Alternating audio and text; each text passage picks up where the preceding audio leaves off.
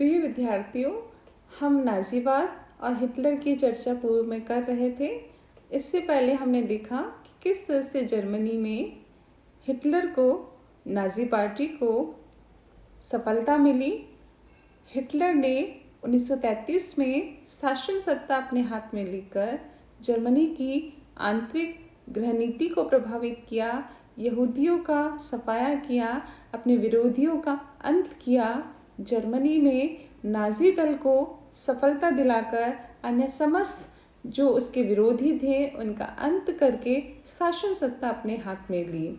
Hitler प्रारंभ से ही Versailles संधि का अंत करके जर्मनी के खोए हुए राष्ट्रीय वैभव को, गौरव को पुनः प्राप्त करना चाहता था। सभी जर्मन जातियों को एक सूत्र में संगठित करना चाहता था, जर्मन साम्राज्य का विस्तार करना चाहता था और इन उद्देश्यों की प्राप्ति के लिए ही हिटलर ने अपनी विदेश नीति को संचालित किया। हिटलर ने सर्वप्रथम शासन सत्ता प्राप्त करते ही विदेश नीति के क्षेत्र में जो पहला कार्य किया, 1933 ईस्वी में राष्ट्रसंघ की सदस्यता का त्याग करके किया। हिटलर का ये मानना था कि सत्तारूढ़ होते ही वह वर्साई संधि की आलोचना कर रहा था और उसका ये मानना था कि जब तक वह राष्ट्रसंघ की सदस्यता से त्याग पत्र नहीं देगा तब तक वह अपने उद्देश्य को प्राप्त नहीं कर पाएगा। ऐसे में हम देखते हैं कि 1933 ईस्वी में सर्वप्रथम उसने राष्ट्रसंघ से अपना संबंध विच्छेद किया और उसके पश्चात उसने जर्मनी का सशस्त्रीकरण करना प्रारंभ किया।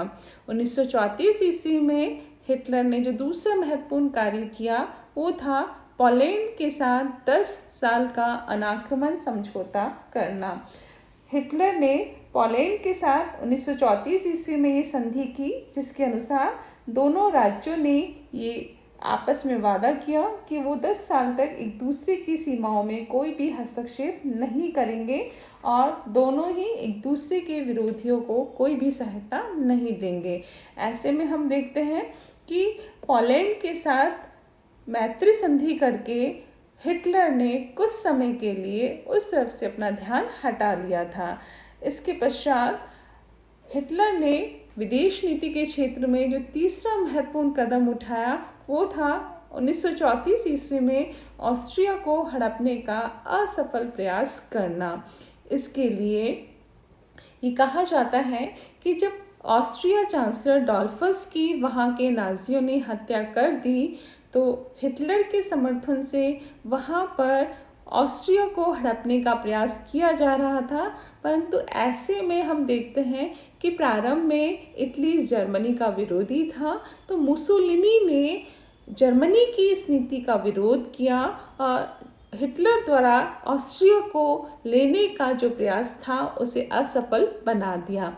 जर्मनी का विरोध करने के लिए रूस, फ्रांस, इटली, चेकोस्लोवाकिया ने संधि समझौता किया।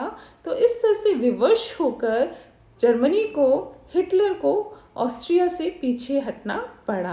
अब हिटलर को ये लग रहा था कि जब तक वह अपनी सैन्य शक्ति को मजबूत नहीं कर लेगा तब तक वो इन राष्ट्रों के साथ संघर्ष नहीं कर पाएगा। ऐसे में हम देखते हैं कि उसने वर्साई संधि की सैनिक धाराओं से मुक्ति पाने का प्रयास शुरू किया और जर्मनी का फिर से सशस्त्रीकरण करना शुरू किया। 16 मार्च 1935 ईस्वी को उसने घोषणा करके जर्मनी का फिर से सशस्त्रीकरण करना शुरू किया। इसके विरोध में इटली, फ्रांस और इंग्लैंड ने 11 अप्रैल 1935 ईस्वी को स्ट्रेसा सम्मेलन करके अपनी एकता को संगठित किया और जर्मनी के विरोध उन्होंने फिर से संधि करके इस स्ट्रेसा सम्मेलन के माध्यम से अपनी एकता को अभिव्यक्त किया। ये कहीं ना कहीं हिटलर को ये चुनौती थी कि यदि वो वर्साई संधि की अवहेलना करेगा तो इटली, फ्रांस और इंग्लैंड आपस में संगठित होकर उसका विरोध करेंगे। इसलिए हिटलर ने फिर से दूरदर्शिता से काम लेते हुए उसने इन राष्ट्रों को अलग अलग करके उनके साथ मैत्री संधि करने का कार्य किया। सर्वप्रथम हम देखें तो हिटलर ने 1935 ईस्वी में इंग्लैंड के साथ नाविक समझौता किया, जिसे जर्मनी इंग्लैंड नौसैन्य समझौते के रूप में भी हम देख सकते हैं। जर्मन जलसेना ब्रिटेन की जलसेना की 35% करने का वचन दिया। इस तरह से हम देखें तो वर्साई संधि के द्वारा जो अपमानजनक शर्तें जर्मनी के ऊपर लादी गई थी, हिटलर धीरे धीरे करके एक एक धाराओं की अवहेलना कर रहा था, उन राष्ट्रों को मजबूर कर रहा था कि वो वर्साई संधि से जर्मनी को मुक्त करे। और इस प्रथम प्रयास में वह सफल हुआ और इंग्लैंड के साथ 1935 का नाविक समझौता करके उसने अपने शत्रुओं को विवश कर दिया था जर्मनी के प्रति अपनी नीति में परिवर्तन करने के लिए। ऐसे में हम देखें तो हिटलर ने फिर से एक कदम आगे बढ़ाया और उसने लोकार्नो संधि का अंत करके 1936 ईस्वी में राइनलैंड का पुनः सैन्यीकरण किया। इससे पूर्व हम देखें तो मार्च 1935 ईस्वी में सार क्षेत्र पर भी हिटलर ने अपना अधिकार कर लिया था। 1919 की वर्साई संधि के माध्यम से सार क्षेत्र में ये व्यवस्था की गई थी कि 15 वर्ष तक जर्मनी वहाँ पर कोई सेना नहीं रखेगा, कोई हस्तक्षेप नहीं करेगा और 15 वर्ष पश्चात जनमत संग्रह के माध्यम से उस क्षेत्र का निर्धारण किया जाएगा। अतः मार्च 1935 में हिटलर ने प्रयास करके जनमत संग्रह के माध्यम से सार क्षेत्र को प्राप्त कर दिया। ये उसकी सफलता में 4 चांद लगाता है कि जनमत संग्रह के माध्यम से हिटलर को अपना खोया हुआ सार क्षेत्र फिर से प्राप्त हुआ। और लोकार्नो संधि का अंत करके 1936 ईस्वी में जनमत संग्रह के माध्यम से उसने राइनलैंड का फिर से सैन्यीकरण करना शुरू किया। इस तरह से हम देखें तो विदेश नीति के क्षेत्र में हिटलर लगातार उग्र हो रहा था। अपनी नीतियों के माध्यम से, अपने कार्यक्रमों के माध्यम से जहां वह सशस्त्रीकरण की दौड़ में आगे बढ़ रहा था, वहीं वह अन्य राष्ट्रों को तुष्टीकरण की नीति अपनाने के लिए भी मजबूर कर रहा था। ऐसे में हम देखें तो हिटलर ने जब इटली को अबिसीनिया अभियान के समय सैन्य और आर्थिक सहायता दी तो उसे मुसोलिनी जैसा मित्र भी प्राप्त हुआ। और ऐसे में हम देखें 25 नवंबर 1936 ईस्वी को जब जर्मनी जापान के साथ एंटी कॉमिंटन पैक्ट करके साम्यवाद के विरुद्ध एकजुट होता है, तो मुसोलिनी को भी ये आभास होता है कि यदि वो जर्मनी के साथ मिल जाएगा तो वह अपने उद्देश्य को प्राप्त कर सकेगा। ऐसे में हम देखते हैं कि साम्यवाद का विरोध करने के लिए और अपने समान हितों के लिए जर्मनी, जापान और इटली आपस में निकट आए और तीनों ने मिलकर रोम, बर्लिन, टोक्यो धुरी का निर्माण किया, जिसे विश्व इतिहास की एक महत्वपूर्ण घटना के रूप में देखा जाता है। 6 नवंबर 1937 ईस्वी को रोम, बर्लिन, टोक्यो धुरी का निर्माण हुआ, जिसे द्वितीय विश्व युद्ध में एक महत्वपूर्ण घटना के रूप में देखा गया है। इसी तरह हम देखें, चूँकि इटली के अबिसीनिया में हित थे, जर्मनी के ऑस्ट्रिया में हित थे, डैन्यूब नदी क्षेत्र में दोनों के समान हित थे, स्पेन में दोनों ने अपने समर्थक जनरल फ्रैंको को वहाँ का शासक बनाया था। 1936 ईस्वी में स्पेन के गृह युद्ध में दोनों ने हस्तक्षेप किया था। तो इन सभी कारणों से मिलकर हिटलर और मुसोलिनी दोनों निकट आए हैं और इस तरह उन्होंने रोम, बर्लिन, टोक्यो धुरी का निर्माण किया है। इस तरह से अपनी स्थिति को मजबूत बनाकर हिटलर ने विश्व राजनीति को प्रभावित करना शुरू किया। इसमें हम देखें तो उसने 1934 ईस्वी में ऑस्ट्रिया को हस्तगत करने का जो पहला असफल प्रयास किया था, वह कहीं ना कहीं मुसोलिनी के विरोध के कारण असफल हो गया था। ऐसे में हम देखें तो 1938 ईस्वी में जर्मनी को हिटलर को फिर से ऑस्ट्रिया पर अधिकार करने का एक अवसर मिला।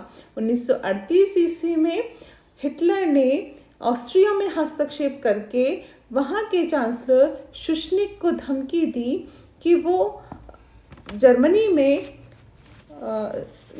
के लोगों को वहाँ का जो नाजी दल था उसको सुविधाएं दें। ऐसे में शुशनिक उसकी धमकियों से डर गया, उसने त्यागपत्र दे दिया और 12 मार्च 1938 ईस्वी को ऑस्ट्रिया पर जर्मनी का अधिकार हो गया। आगे हिटलर ने अपनी महत्वाकांक्षाओं में वृद्धि करते हुए चेकोस्लोवाकिया तक जब जर्मनी की सीमाओं का विस्तार हुआ तो कहीं ना कहीं अब चेकोस्लोवाकिया का अंत निश्चित दिखाई दे रहा था। चेकोस्लोवाकिया जो चेक और स्लोवाक दो जातियों से मिलकर बना था, यहाँ पर सुडेटनलैंड में जर्मन जाति के लोग भी रहते थे। चूँकि हिटलर को ये लग रहा था कि वह प्रत्यक्ष रूप से चेकोस्लोवाकिया पर अधिकार नहीं कर सकता, इसलिए उसने अप्रत्यक्ष रूप से चेकोस्लोवाकिया में रहने वाले जर्मनों को उत्तेजित किया और वहाँ का जो जर्मन नेता था कॉनोड हैनलीन, इसके नेतृत्व में गृह युद्ध की स्थिति सी उत्पन्न कर दी। सुडेटन क्षेत्र को लेकर हिटलर ने चेकोस्लोवाकिया में हस्तक्षेप शुरू किया, इसलिए विवश होकर 29 सितंबर 1938 ईस्वी को जर्मनी, इटली, इंग्लैंड और फ्रांस, इन चारों देशों के प्रतिनिधियों ने म्यूनिख समझौता किया, जिसे म्यूनिख पैक्ट के नाम से भी जाना जाता है। इस समझौते के माध्यम से चेकोस्लोवाकिया का अंग भंग हो गया, हिटलर की महत्वाकांक्षाओं की पूर्ति हुई और कहीं ना कहीं अब परिस्थितियां हिटलर के पक्ष में होती चली गई। इंग्लैंड और फ्रांस की चैम्बरलेन और दलाधियर की तुष्टीकरण की नीतियों के कारण जर्मनी की और इटली की महत्वाकांक्षाएं बढ़ती गई और इसका परिणाम ये निकला कि जब हिटलर ने रूस के साथ अगस्त 1939 ईस्वी में समझौता कर लिया और 1 सितंबर 1939 ईस्वी को उसने पोलैंड पर आक्रमण किया, क्योंकि वो पोलैंड से डैंजिग बंदरगाह लेना चाहता था और जब पोलैंड ने उसको देने से मना कर दिया तो रूस की मैत्री का फ़ायदा उठाकर हिटलर ने 1 सितंबर 1939 ईस्वी को पोलैंड पर आक्रमण कर दिया, जिसके विरोध में इंग्लैंड और फ्रांस पोलैंड के समर्थन में युद्ध में उतरे। 3 सितंबर 1939 ईस्वी को इंग्लैंड ने जर्मनी के विरुद्ध युद्ध की घोषणा की और इस तरह से द्वितीय विश्व युद्ध की शुरुआत हमें दिखाई देती है। हिटलर द्वारा पोलैंड पर आक्रमण करना ही द्वितीय विश्व युद्ध का तात्कालिक कारण माना जाता है। इस तरह से जर्मनी में हिटलर का उदय, नाजीवाद का उदय जर्मनी के उत्कर्ष का कारण रहा, वर्साई संधि के अंत का कारण रहा और कहीं ना कहीं इसे द्वितीय विश्व युद्ध के उदय का कारण भी माना जाता है। हिटलर ने अपनी नीति और कार्यक्रम के माध्यम से नाजी पार्टी को, नाजी दल को जर्मनी में लोकप्रियता दिलाई। जर्मनी का सर्वा बन के उसने विश्व राजनीति को प्रभावित किया और अपनी विदेश नीति के माध्यम से उसने विश्व के बड़े बड़े राष्ट्रों को चुनौतियां देना शुरू किया, जो द्वितीय विश्व युद्ध का कारण बना।